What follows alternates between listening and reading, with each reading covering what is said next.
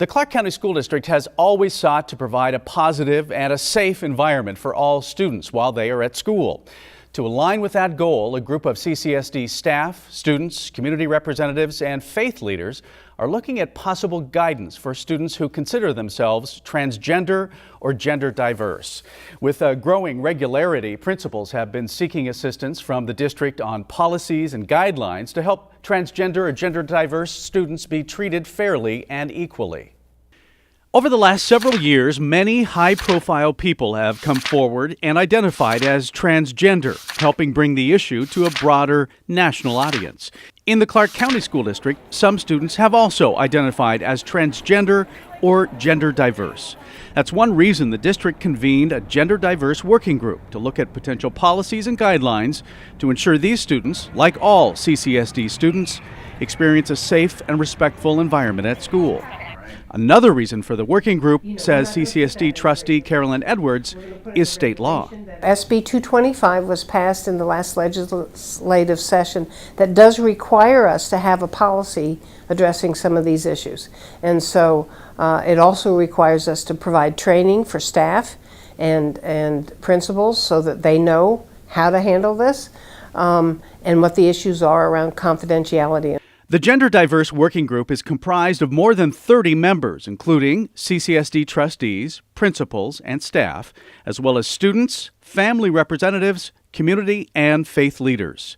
One of the working group student representatives is Olivia O'Keefe, a senior at CSN High School and also a former Board of Trustees student advisory member. I have always been a firm believer in equality and just the acceptance and promotion of diversity in all people. O'Keefe says the working group has met about 5 times to help all involved better understand some of the school-related issues which affect gender-diverse students. Those discussions could lead to policies or guidelines for school staff. I want the public to know that the overall goal that has been mentioned at every single meeting is that we want a safe and supportive learning environment for everyone. Like, it's not just supposed to be just for this group of people, and it's not supposed to be just for this group. It's for everyone, and every student is being thought about whether or not people may think they are.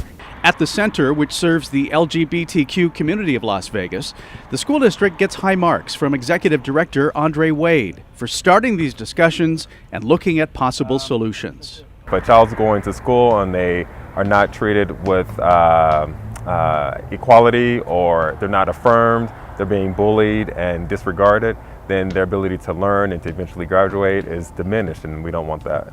Trustee Edwards says the working group has been extremely careful to ensure any student policies are focused entirely on creating a safe and respectful environment, not delving into the area of beliefs or values. This is not a value discussion, it's not a belief discussion.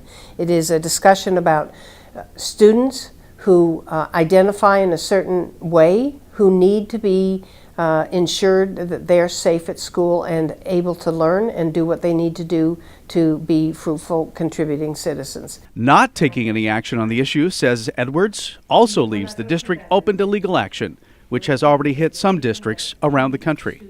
There are a series of meetings scheduled to hear from the public on this issue and for the public to understand the type of guidance the Gender Diverse Working Group may suggest. Meetings are scheduled at Durango, Western, El Dorado, Silverado, and Cimarron high schools in early December at varying times.